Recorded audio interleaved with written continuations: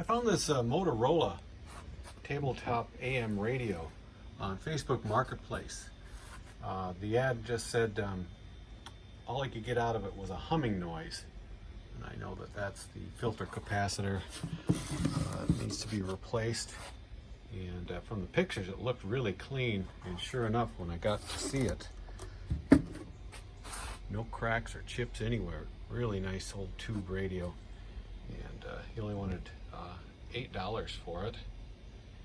And I priced it at $160 after fixing it. And yesterday I sent out a bunch of offers, being a slow week. And somebody took me up on a $130 offer I sent out. And clamp for a dual turntable that I parted out. These usually are very sought after because they're fragile plastic pieces, the little clamp part. I have a number of turntables that I have searches out waiting for one of these to come up for sale for a different model. And this one actually, it did take a few months to sell, but it sold for $19. I picked up this wicker basket at a auction. It was just a couple dollars. And I thought it looked kind of cool, but I was more interested in the plates that were inside, and those already have sold. Some picnic plates. But this one's got, it's a double wine holder picnic basket, and it's going to Kuwait. Sold for $40. A pair of suede mountaineering alpine boots. They have a Cobra name on them. And I've had these up for a couple of years now. These used to sell quite frequently, but matter of fact, I got an offer for them. I had them priced at about $50. I got a $37 offer, and I was about to accept it, and then I said, I better go out and take a look. Make sure I still have them, that they're in good shape yet, being in storage so long. I always expect to find mouse droppings or something inside these shoes that have been stored for so long. But all's well. I accepted the offer, $37. This is a bedside alarm clock.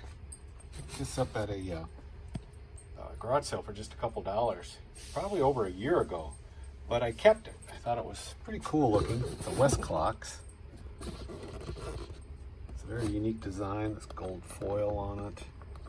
And I had it in my spare bedroom, but was doing some spring cleaning and brought this out and decided to sell it.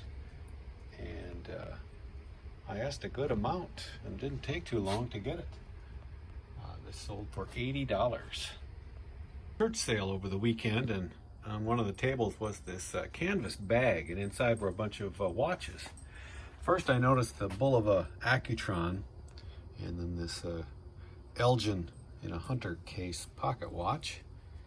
And so I decided to buy the bag for $1.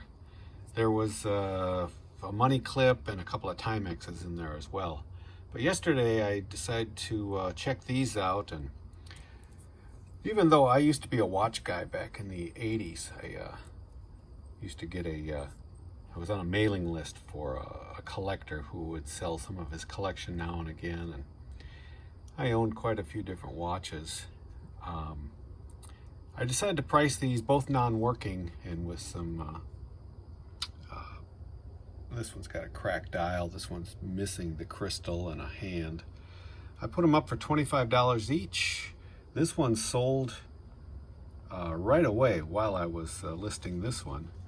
And so the Elgin pocket watch sold within a half hour of listing it, so maybe I priced it too low at $24, but it just didn't seem like it would get more than that. And then the Accutron, the old tuning fork watch, stainless steel with a Spidell band. This also sold for $25, probably about 4 hours after I listed it. So not bad for $1 bag of watches. Get $50 out of it. This Panasonic all-in-one record player, AM/FM radio, and 8-track player recorder I found down in Colorado last month when I went down there for a quick visit. Got it for $15 along with another one similar to it. I haven't even gotten into that one yet, but and a reel-to-reel recorder. All three pieces, $15. I found them actually on eBay, and then when I saw where he was, I coordinated with him to go pick it up when I was down there. This required the regular servicing I do on these, but it's in real nice shape. And it did sell for $280. And the guy also bought a pair of speakers for it from me separately for $30 for the speakers. I spotted this Panasonic boombox at an estate sale, and it was the second day of the sale, so they weren't having half price off until the next day. But I went and talked to the lady running it. It's the same estate company I've gotten some good deals from before just by talking with them.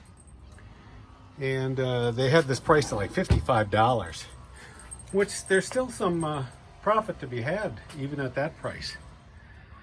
And instead of waiting till the next day, I thought, well, maybe I'll offer her $40 for it to take it a day early. And when I went and talked to her, she said, oh, I'll take 30 for it. So good thing I kept quiet on that 40 bit. So I bought it for 30, and everything worked on it. I just had to do a little cleanup and make a video, put it up for sale. A couple weeks later, it sold for $230. These are 4 super tiny model cars, Mustangs. They are micro machines made by Galoob, G-A-L-O-O-B.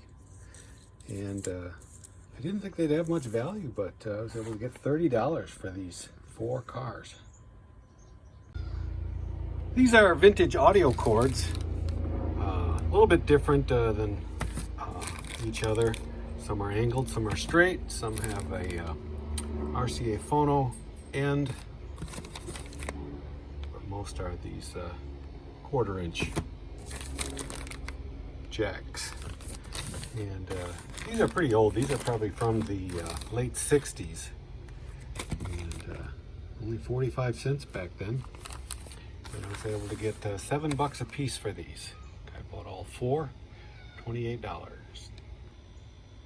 This little ceramic Norwegian tray has been up for sale for over a year now. It's made by Bergquist, and it's the, what is it? The Hardanger Dancers. Made in Norway. And even though I didn't have much hope for it, I just let it go for a year or more. It finally sold for $20. This is a test tape, strobe tape for a reel-to-reel player. This is used by technicians when they, back in the day, when you could adjust the speed a little bit, you would use this to perform that test and adjustment. And I found this with a bunch of other stuff that I bought years ago, and came across it a few months ago and put it up for sale. So it didn't take very long, and it got $60 just for this one piece of strobe tape.